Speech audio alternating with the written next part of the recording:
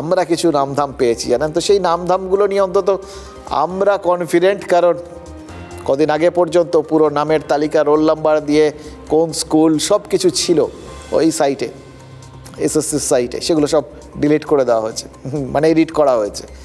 হয়তো স্ক্রুটিনি করা হচ্ছিল, সেই জন্যে নামিয়ে দেওয়া হয়েছে, নাকি বিভ্রান্তিটা জিয়ে রাখার জন্য নামিয়ে দেওয়া হয়েছে, যাতে একটা মানবিকতা বোধ কাজ করেছিল হয়তো ভেতরে।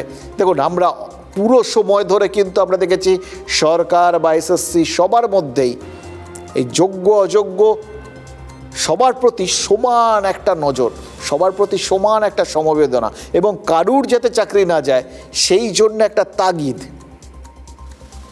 যোগ্য যারা তাদের জন্য সমবেদনার জায়গা রয়েছে, অযোগ্য যারা দাগী, যারা পয়সা দিয়ে অন্যায়ভাবে এই চাকরিগুলো পেয়েছেন, তারা কীভাবে সমবেদনার যোগ্য হন, কীভাবে হন সেটা তো আপনারাও সবাই জানেন। ওই তালিকাটা, দাগির তালিকাটা দেখলেই, 1804 জনের তালিকা দেখলেই বুঝতে পারবেন।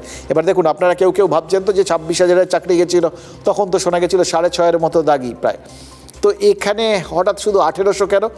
কারণ এটার মধ্যে শিক্ষাকর্মী নেই। কোর্ট শুধু শিক্ষকদের, মানে যারা দাগি শিক্ষক তাদের তালিকা দিতে বলেছিল, সেই তালিকাটা দেওয়া হয়েছে, ওই জন্যই 1804।